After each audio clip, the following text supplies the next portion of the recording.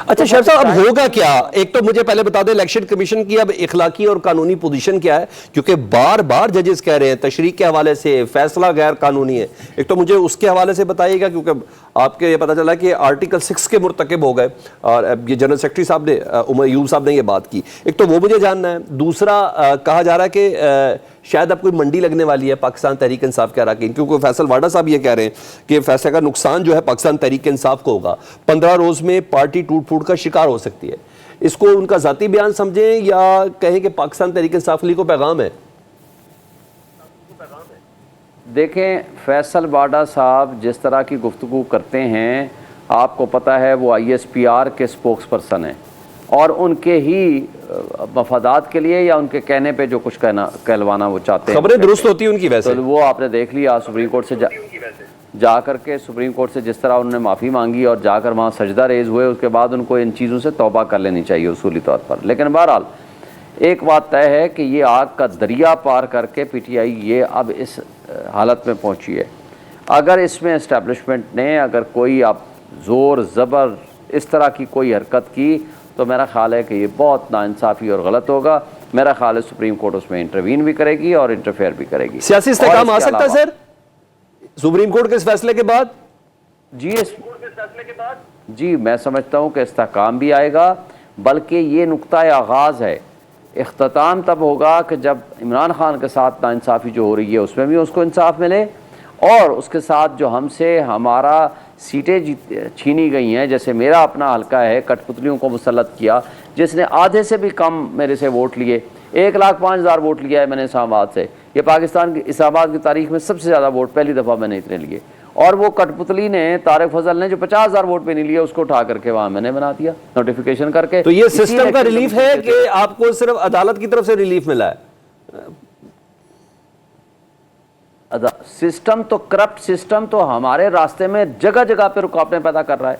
अभी हमने election tribunal ने कहा जी हल्के खोलो, ऑनलाइन जी फॉर्म 45 लाएं। काम कैसे आएगा शुएब भाई? सिस्टम का भी आपके साथ होना जरूरी है। देखें, इस सिस्टम, करप्ट सिस्टम के रास्ते में अब अदलिया रुकावट बनेगी। इन कठपुतलियों के मुकाबले में अदलिया इंसाफ देना शुरू कर देगी तो ये सारी चीज़ें हट जाएंगी। कौन सा सिस्टम? क्या हम सिस्टम को क्या समझें, यानी एस्टेब्लिशमेंट को हम सिस्टम समझें, या उस करप्ट ब्यूरोक्रेट्स को हम सिस्टम समझें, या वो जराइम की आमाजगा इलेक्शन कमीशन को सिस्टम समझें? लेकिन ये लोग अब 25 करोड़ आवाम के हुकूक के तहफ़्फ़ुज़ करने की बजाय उनके हुकूक सलब कर रहे हैं, उन्हीं का खा के। देखें, ये पब्लिक एक्सचेकर से इनको तनख्वाहें मिलती हैं।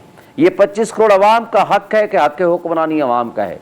उनके हुकूक पे जब डाका डालेंगे, वाहिद एक आस और उम्मीद और होप की किरण होती है। यानी पाकिस्तान तहरीक इंसाफ की तमाम उम्मीदें सुप्रीम कोर्ट है, अदलिया ही से उनको रिलीफ मिले तो मिले। सिस्टम के हवाले से वो कहते हैं कि अभी बिखरा क्या। शुएब शाहीन साहब, ये कहना दुरुस्त होगा कि जो पाकिस्तान तहरीक इंसाफ को जो बल्ले के निशान के हवाले से सुप्रीम कोर्ट का जो फैसला आया था, पाकिस्तान तहरीक इंसाफ की उसके हवाले से भी दुरुस्त तशरीह नहीं कर सकी थी। अगर वो दुरुस्त तशरीह कर लेती तो शायद इलेक्शन के अंदर उनको कोई इंतखाबी निशान कोई तगड़ा सा मिल सकता था। कहीं ना कहीं आप लोग की भी अंडरस्टैंडिंग का फुकदान है कि सिर्फ इलेक्शन कमीशन की तशरीह कोई गलत कहें? देखें, इलेक्शन कमीशन जराइम की आमाजगाह बना हुआ था और है। आपको याद होगा कि हम जब गए हैं, आज भी बातें हो रही हैं, हम जब उनके पास गए, हमने PTI की टिकट दी, उन्होंने कहा जी हम तो इसको मानते नहीं हैं। हमने PTI नज़रियाती की टिकट दी, उन्होंने कहा आप डबल मेंबरशिप का तो आप दे ही नहीं सकते, उनको तो वैसे ही नहीं मानते। बाद में जाकर शाम 6-7 बजे जा कर के उसके प्रेस कॉन्फ्रेंस आई, दिन के 4 बजे हमें आर्डर मिल गया कि नहीं जी इनके एक्सेप्ट नहीं करने, ख़त्म हो गई बात। अभी सुप्रीम कोर्ट का फैसला रात के 11:30 बजे आया, इन्होंने 4 बजे हमें इंडिपेंडेंट डिक्लेयर कर दिया। आपको आवाज़ आ रही है मेरी? जी बिल्कुल आ रही है। जी बिल्कुल आ रही है। अच्छा, इन्होंने दिन के 4 बजे हमें इंडिपेंडेंट डिक्लेयर कर दिया। अब मसला ये था कि हमारे पास ऑप्शंस कोई नहीं बचे। अच्छा, मेरा और सलमान अकरम राजा, हम चूँकि दोनों वकील भी थे, हमारी राय ये थी बड़ी वाज़ेह तौर पर कि हम PTI नाम लिखा हुआ है, we are the PTI candidates, लिहाजा हम सिंबल जो भी हम मांगेंगे एक तो जॉइंटली सबको दें। मैंने इस्लामाबाद के तीनों हल्कों का एक अपने जो कैंडिडेट थे सबके लिए एक सिंबल मांगा, वो उन्होंने चेंज कर दिया। वो आपको पता है जो रिटर्निंग ऑफिसर्स किन की इंस्ट्रक्शंस पे को फॉलो कर रहे थे, सारे इस्टेब्लिशमेंट डंडे के ज़ोर पे इनसे ऑर्डर करा रही थी। और फिर जब हाँ, अपना सलमान चला गया हाई कोर्ट में, लाहौर हाई कोर्ट में कि जनाब हमें तो आप इंडिपेंडेंट कैसे तस्वर कर सकते हो, वी आर पीटीआई। उन्होंने भेज दिया इलेक्शन कमीशन को, इलेक्शन कमीशन ने आर्डर लिखा बाकायदा, that is a written order, कि नहीं आप पीटीआई के नहीं हैं, आप इंडिपेंडेंट हैं और हम आपको पीटीआई नहीं मान सकते। अब उसके बाद फिर सुप्रीम कोर्ट में कोई पटिशन फाइल हुई, 5 दिन पहले ये फैसला हुआ, लेकिन उसको परसू नहीं कर सके उस वक्त, क्योंकि वजह ये थी आपके सामने ही था, हम इलेक्शन लड़ते या आखिर लिटिगेशन में फंसे रहते।